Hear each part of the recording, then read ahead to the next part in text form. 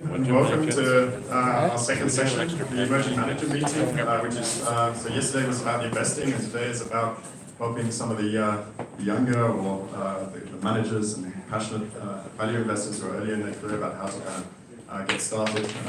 The idea for this came because I received so many calls and emails from people saying, hey, I always wanted to become an independent fund manager, how did you do it? And the calls were coming more and more, so I thought maybe a more efficient way to do it would be to get everyone in one place, and then we can talk about the subject, and above all, by allowing you guys to connect with each other and the people in the network here.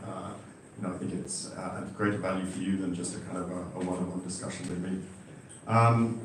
So it's my great privilege and pleasure to announce that I've got as a guest for the Emerging Manager Day-to-Day, Norman Rentrop. So Norman is probably there's many important people in your life and in your career, but if there was one person I had to single out for why I'm here today, it would be Norman. I moved to Switzerland in 2004. I was working for a family office. For various reasons, the family office sort of split apart, and that was for me a decision to set off on my own and to become a manager, or rather to become independent. And the very first call I placed was to Norman, was whether he would support me. And he answered almost immediately, yes. And that was an amazing, when you're starting out on your own, you're not sure if it's going to work, how the bills are going to be played. And Norman saying to me 12 or 13 years ago, yes, I'm happy to be your client, that was an amazing thing for me. So it's a great privilege to have you here today. Maybe a round of applause.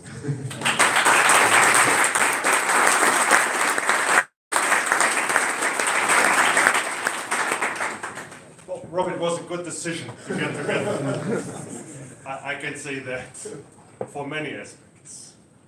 You as a person, your family, and I really want to congratulate you to your wife and your 3 wonderful children, and now for the first time I've met your sister, and maybe another round of applause, because it's a real family business.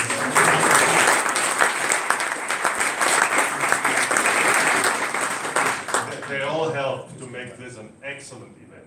Yeah, and I think your Richard once said to me that at Christmas it was their job to put the stickers over the chocolate. So I know it's very similar in your family too. So today we're going to talk about your life, and in particular the investing life. Do you prefer to sit down or should we stay standing? Standing is good, okay. I mean, yesterday I was sitting in the last row, and I couldn't see all the time, so I had to stand up. And that's why I prefer to stand up if it's okay for you. Yeah. So this is why Norman's so successful. It's constant improvement and iteration. So thanks for that tip. So Norman, your first stage in life was a publisher. Tell us about how you got into publishing and what your business does. How much time do we have? Okay. I love stories, and that's why I go to Omaha. Great storytelling, and my first annual shareholder meeting I'll tell you later about, also great storytelling. So, at the age of 12, I was invited to join the school newspaper by a fellow 12-year-old, Peter Koch, from my neighboring class. So, we went to see our director, and our director said, great idea, great encouragement, but one caveat, never again 6,000 Deutschmark of debt. In those days, the late 1960s, you could buy the largest German car for that kind of money. So it was really a lot of money. And we shocked at it. He said, please explain. And he told us there was another group 3 years before you, and they didn't watch what they were doing. Eventually, they ended up with 6,000 Deutschmark of debt at the printer. The printer, after friendly reminders, after drastic, sent me the money, went to telephone the director, and probably the director had to keep the phone 1 meter away. Anyway, he didn't want to have a repetition. So he gave encouragement to us and also made clear what he did not want to have repeated. So with that encouragement, we went out to all the bakeries, the ice cream stores, the bookstores in Godesberg, and got enough ads, so margin of safety thing. And only when we had enough advertising to cover printer bill, we went out. Then I did the school newspaper for a number of years. I worked for the local daily newspaper, the Norman Rentrop, as a reporter. Why are taxis not allowed on the bus lane? I felt I could help improve my city. After a long debate, our city government came to the conclusion, yes, taxis are allowed on the bus lane.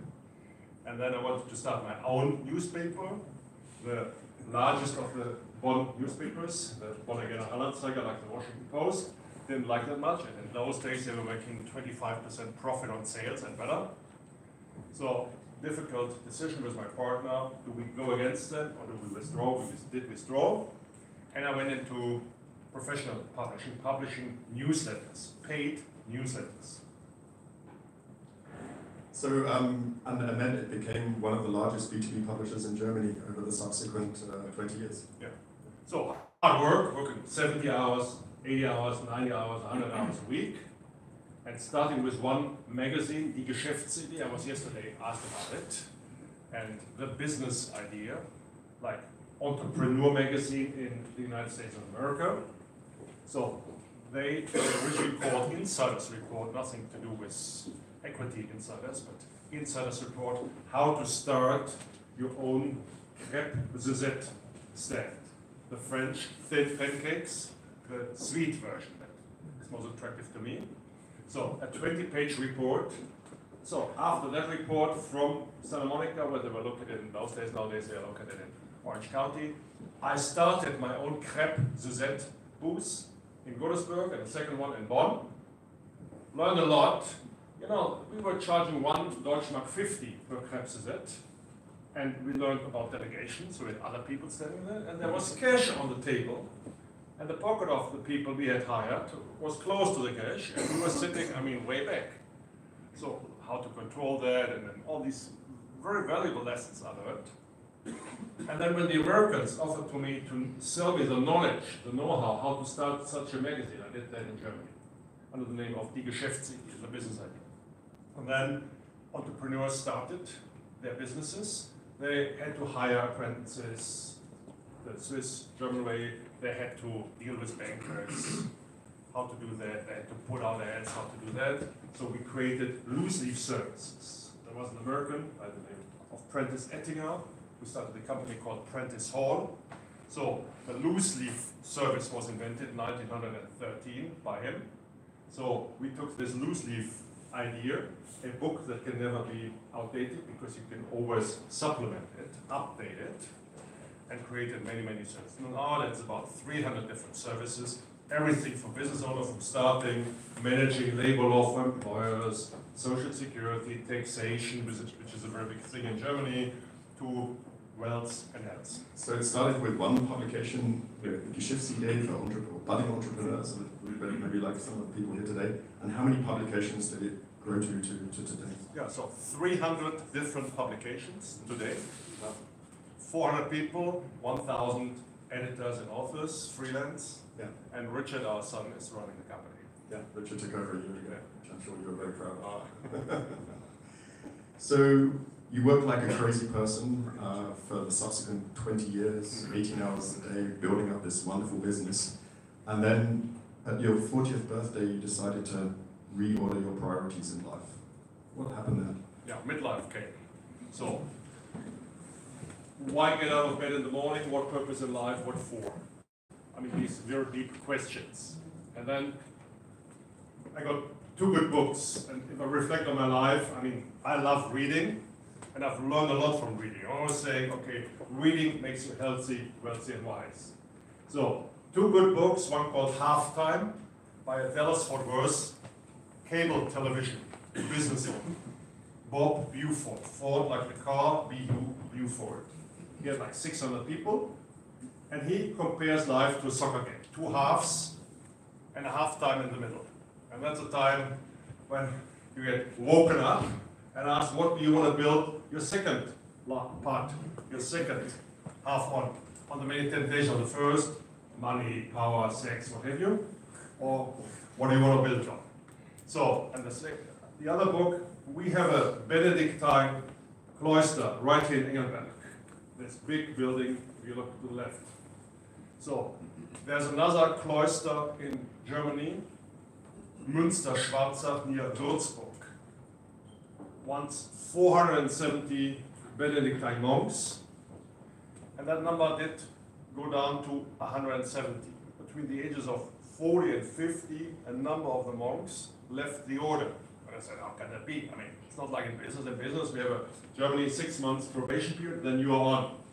In the Benedictine order, it's different. I mean, it's 7, 8, 9, 10 years, and then you give eternal vows. So the question is, how can that be that they left the order? But they did.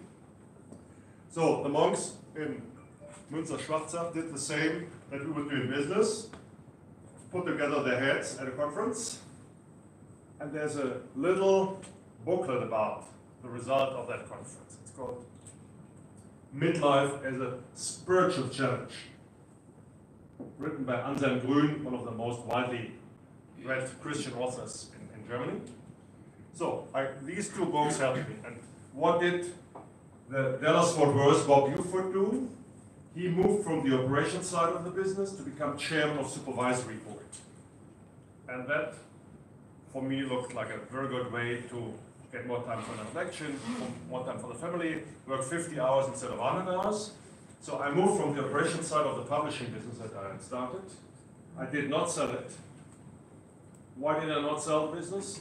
Because a friend of mine, working for UBS Germany at the time, he loved going to all those people who sold their business. Because if you sell business, you usually have a large liquidity event. There's millions and millions of euros to be invested. Very good if you're in the asset gathering game. So he loved that. But he found out that, I mean, 2, 3, 4 years later, how fulfilling is that, selling your business? And then just partying. He said after a couple of weeks, all the friends said, look, it's great partying every night, but I just can't do it because I have a family, I have a business, I have to attend. Sorry, I can't follow you in all of that. And the new friends in Mallorca or the Fiji Islands or wherever didn't turn out to be that reliable either. So it was not that very promising. So I decided not to sell the business, keep it, but change from working in the business to working on the business. And my second in command, Helmut Graf, about that time asked me, so Norman, you're always one step ahead of me, what can be my next? And I said, Helmut, wonderful. You can step forward, I'll step sideways, so you will become CEO, I become chairman, and it worked out.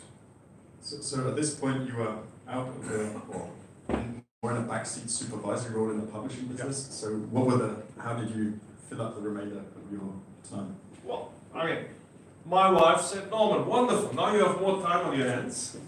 You can file all your dividend statements yourself.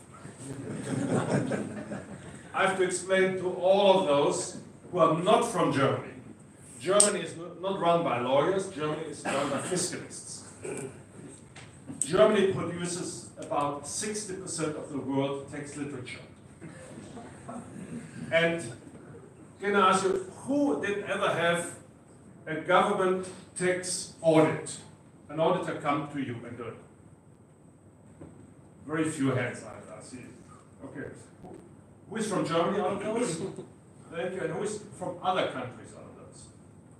Thank you very much. Okay. So, in Germany, a government tax auditor in my state, North Rhine-Westphalia, comes every 3 to 4 years. Well educated, well connected, eager to work, wonderful work ethics. And he stays between 6 months and 24 months, going through all the company books and all of my private books. And that's not because I'm a bad guy or anything, that's the norm in Germany. Everywhere. So just to the so in Switzerland, I'm asking Hügli. Hügli is a very famous suit manufacturer here, 600 million plus in sales. So I asked the CFO, so how long does the auditor come to you? Oh, he says, very long. I said, what do you mean? 8 hours, he says. He doesn't leave for lunch and then doesn't come back. He stays 1 full day. So in our French companies, it's about a week or so. In our British companies, it's short too. But in Germany, it's very thorough. So you want to keep your dividend statements very well, and you have to keep them for more than 10 years. My wife, very early, I didn't get much joy out of filing the tax important dividend statements. So what did I do? I looked around. How are other owners of wealth organizing their affair? And I came up with the concept of the family office. I didn't want to have any concierge service because I can book my travel myself. But I wanted to be covered on the tax and legal side. So I took two. First of all, I went to a large bank that promised to have all the wonderful family office services.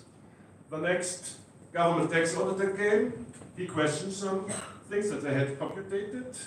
Then the large bank says, sorry, we cannot help you. We are not allowed to talk to the government tax auditor by German law. You need to be a tax professional, CPA, for that. I said, well, then you're not really of much use for me.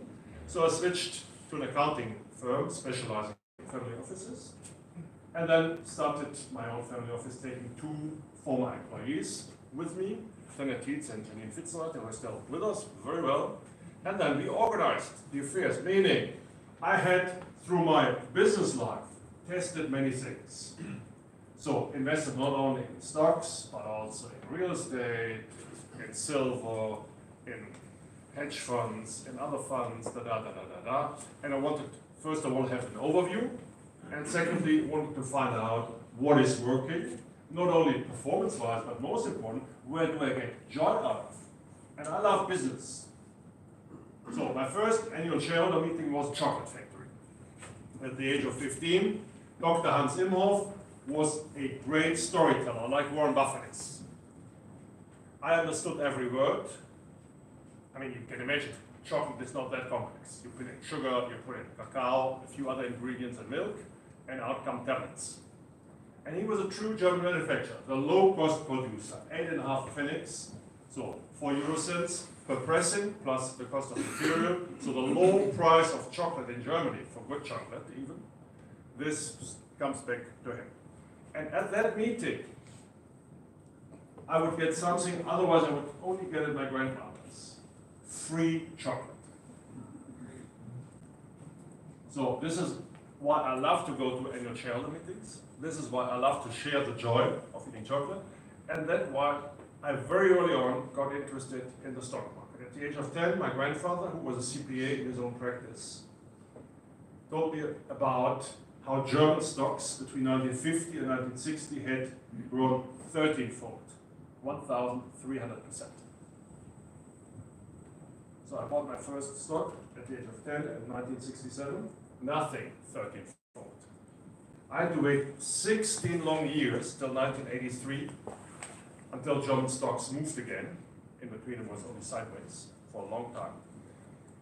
Chancellor Dr. Kohl came on board, and then German stocks began to move again. But the chocolate helped me overcome this waiting period. And I find it most interesting coming from the business side. So you decided to reorder you decided your passion is not for real estate, it's for companies and for business. So you were probably looking for role models at this time, or orientation, how to do it. So what did you do? Okay, so first of all, my father, my grandfather, my uncle, they taught me about how to invest in the stock, which in Germany is relatively uncommon. Germans love bricks and mortar, and Germans love government bonds. Even though in the last 100 years, the German government had to declare bankruptcy 2 times, still Germans love government bonds. I'm more of that. I love businesses and being part of business, being part of the action, getting chocolate or whatever it is. So a great book that helped me was by John Train, The Money Masters. Some of you may have read it. 12 chapters on 12 great investors. About Tweedy Brown, the oldest value investors in the world probably, at the time in New York, now in Stamford, Connecticut, about Warren Buffett. And I read about Warren Buffett. It was very much appealing because it reminded me of what my father, my grandfather, and my uncle had taught me. I said, yeah, wonderful. So it only took me 3 years to act upon it. So at Cologne University, I had learned about Homo economicus, total rational man. Immediate action upon whatever happens there. And it's a good model, but it's not how I am. I sometimes need to be told 10 times things until I act.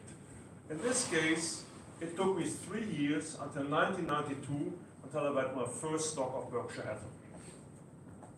3 expensive years because the stock went from 8,000 to 12,000.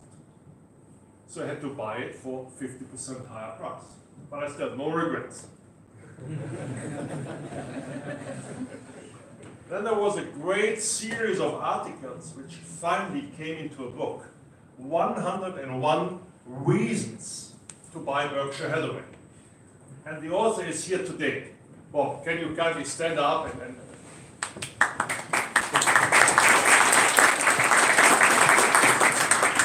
So, this, wonderfully for me to understand the book, helped me reinforce, buy more Berkshire Hathaway stuff. And then, when I had more time, 1997, when I made the move out of the operations side of the business to become chairman, I went to Omaha. Pilgrimage. So, first of all, I wanted to check it out. Not for the shareholder meeting, but in August. So I deliberately took the train from Denver to Omaha. Why the train? Because Omaha, as you may recall, was built as a railroad stop. Somewhere between east and west, they needed a stop to refill water and coal and whatever. And this is how Omaha was built. So the train, it's not like in Switzerland that you have a train every hour here from Engelberg or more often. Once a day, there's a train from Chicago into Omaha, continuing on to the west coast, and once a day, the other direction, through Denver into Omaha. So I took that one, it was 3 hours late. So I could eat a good steak in Denver, got on the train, slept relatively well on the train. Next morning in Omaha, the first taxi driver asked, how much do you want to have if you drive me around the whole day and show me all the places where Warren Buffett lives, where he shops, which companies in Omaha do belong to Berkshire Hathaway. We agreed on a price. He drove me to his house. I rang the bell. Warren didn't answer. He still regrets that. But what else I saw, I really liked. Omaha is a city the size of Bonn, my hometown, or Miami, or Zurich.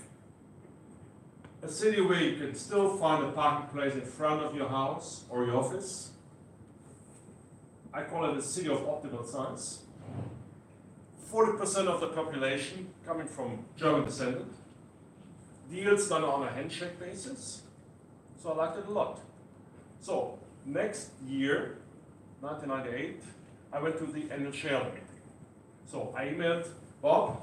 Bob was kind enough to introduce me the insider way of going to Omaha, where there was a group, Yellow Burkers, and so where they all met, so we had a great time there together. And ever since I'm going, except for the year when our youngest daughter was born, and this year I'm not coming because our older daughter, Irene, will get married. So you've been traveling to Omaha now for over 20 years, is it fair to say? And what has been enormously helpful for me is a group that you organize there. Maybe you can tell people a little bit about it. Oh, sure. So at the shareholder meeting, in those days it was like 1,200 people. And you could ask a question. That's what I did. And so I met a fellow German investor, and we got together and exchanged ideas. And I said, it's a long way because there's no non-stops from Germany into Omaha. And we don't want to spend money on private jets. So we are not with jets yet. So we said, let's get together since we travel a long way anyhow. And not just only for the couple of hours at the shareholder meeting, but let's meet the day before. And other German investors did join in. And out of that one day became 2 days. So we are meeting as a group of investors to exchange ideas. That's one of the joys. Why am I not in real estate? Why am I not in private equity? If I ask myself, I love this concept of sharing. Giving and taking. So as shareholders, anyone can buy shares in this place here. in the Titlis Engelberg Bergmann AG. Anyone. So as shareholders, we are all together a community, not to enact power like in politics, not to pray together, but a community to perform, to improve the performance. And this concept is very much to me appealing. In private equity, it's usually only one company or person buying the Engelberg Titlis Bergmann. In real estate, only one person can usually buy one hotel, one house, one apartment building, one factory, one whatever. But the sharing concept, and probably that dates a little back to my upbringing. When I started my publishing company, German booksellers did not welcome me much. I came from a CPA family, not from a family of publishers for the last couple of centuries. So I joined a group of mail order companies. So before Amazon, some of you may recall, there was mail order. In Germany, Otto and Quelle. In America, C.S. Roebuck, and so on. Children are looking confused now. And they were all outsiders because none of the retailers would welcome them. They all felt these mail order people are competition. So what did they do? They formed an association and formed exchange of ideas groups. So even the competitors, the largest in Europe, Quelle, the largest in the world, Otto, because they were stronger in the US, they were talking to each other and exchanging ideas through this association. So I found it very helpful. Same for the newsletter publishing industry.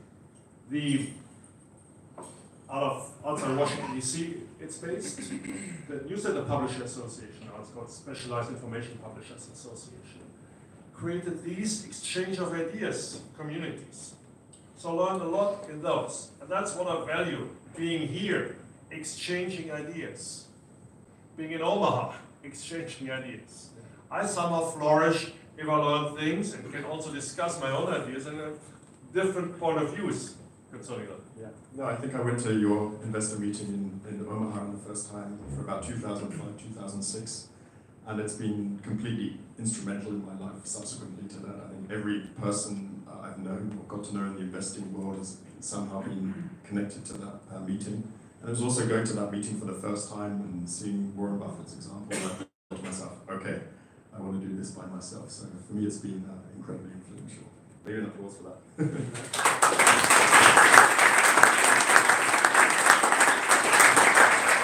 So one of the questions people often ask me is, how do I judge managers? And I think a lot of what I've learned about how to judge managers is I've learned from you, and I think you've learned it in turn from Warren Buffett. So maybe you can tell people, if you're trying to judge the manager of a business, and most likely also manager, an investment manager, what's the one thing you focus on? Yeah. So let me put it in perspective. There's three key questions. For one is, what is a long-term sustainable competitive advantage? And for that you don't need necessarily to know the management. It helps, but the second is very important. Integrity of management. Do they love the money or do they love what they do? And one then recites the Bible. Love of money, root of most evil. So if he sees that, he doesn't go closer. It's not money itself, because money is just like a knife. It's a technical thing. It's nice that we can, with money, just buy things and do not have to carry heavy gold or silver or whatever things. Or not exchange 3 chicken for 1 hotel night or things like that. How do I travel with 3 chicken? Yeah, things like that. So it's very practical. Like a knife can be very practical.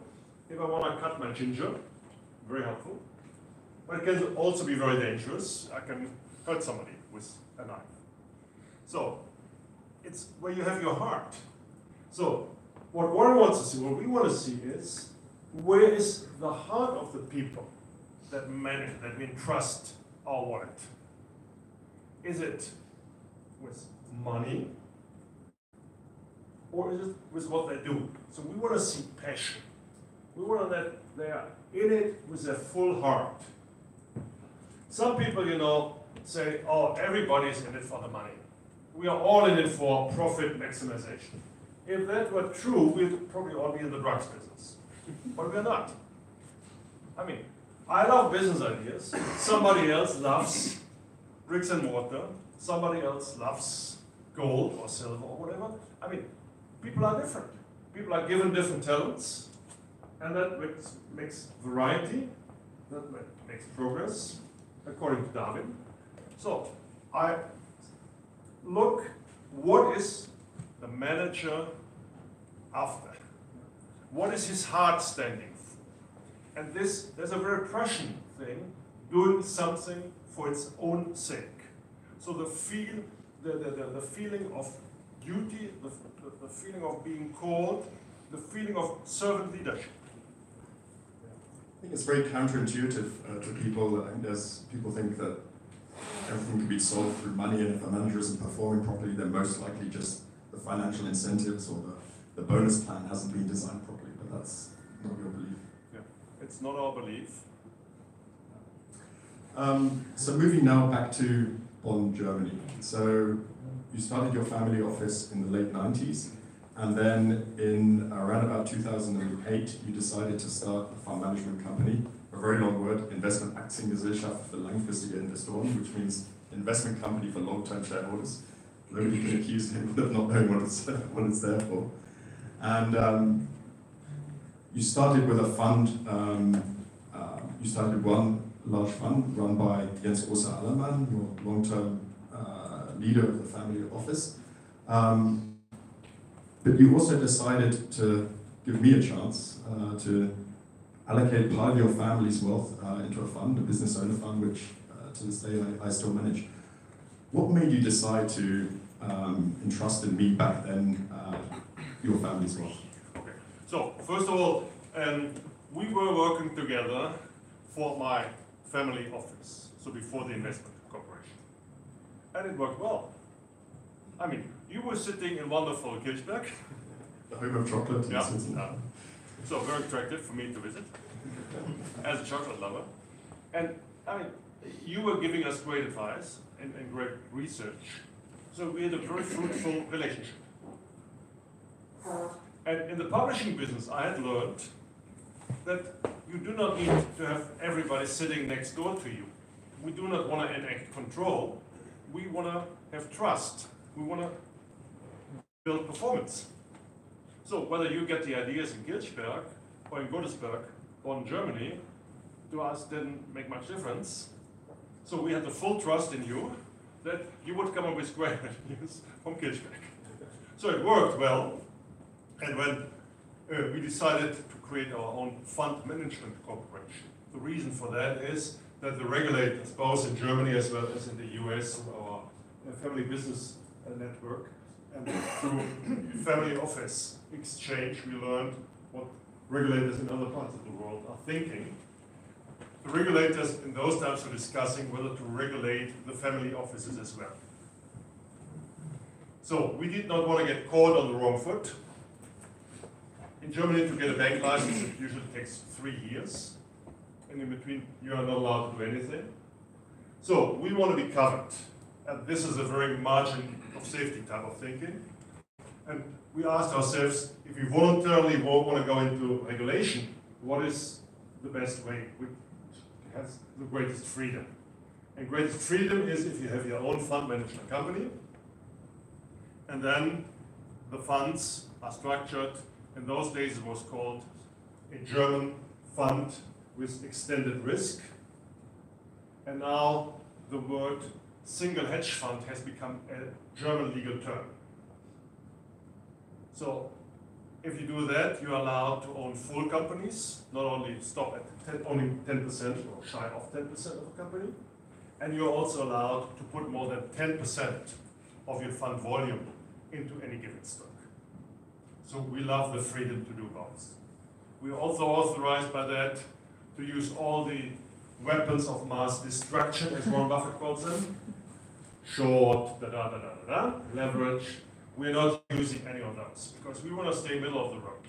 So we created this fund management company and got it approved very fast for German terms within 5 months.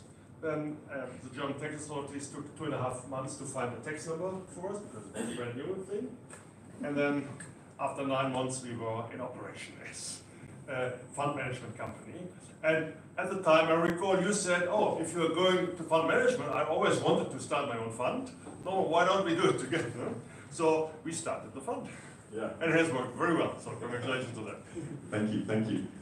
And subsequent to me, you've also supported further fund managers. So there's 3 further funds, I think, have come along since I started. One of the fund managers is here today, is Matthias. When did you start Matthias? You started 3 or 4 years ago now? 15, March 15. March 15. And I also think you're also another person who's going to start a fund in a few months' time is Lawrence here.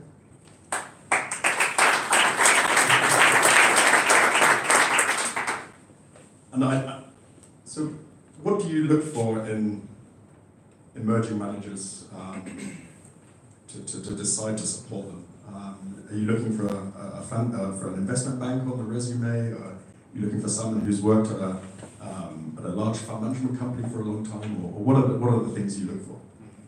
I mean, we are looking at for this heart, for this passion to invest according to value criteria. Yeah. So what they've done before is, it's not totally knowledgeable, but the most important is, well, they have the love for investing. Yeah. And I guess that would be potentially through investing their own money or... Okay, so we talked about when you turned 40, how you had a major reordering of your life priorities, stepping a little bit back from the publishing business, focusing on investing, also philanthropy, which we haven't talked about. Recently you turned 60. Is there another major reordering of your priorities happening now? Well, I haven't experienced anything, and reading a lot of wise books, I'm not seeing anything there. So, I mean, what is the purpose of midlife crisis? What is the purpose of crisis? The purpose of crisis is what for do you get a crisis? It's to enhance your willingness to change.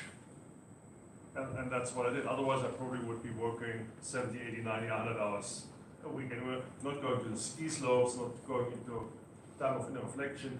Nowadays, I can go to my annual fast, a couple of weeks at Lake Constance, at the Bodensee. I can spend Sundays off. And so, you know, it's a different life. Yeah, being more relaxed. It sounds like you're much happier or more satisfied with things now than when you were 40. So if you go through a crisis, it's never fun. But if you look back, you often see what it was good for. Yeah. And this man with the loose leaf services, he wrote a great book, Everything Happens for the Best. So that kind of positive mental attitude, I find important. Yeah. What a great entertainment. So, Norman, thank you so much for speaking with us.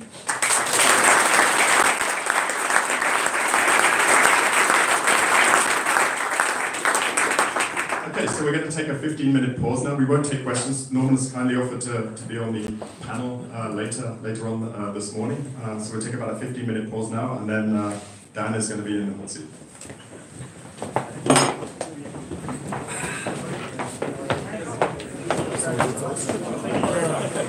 I could do that as well.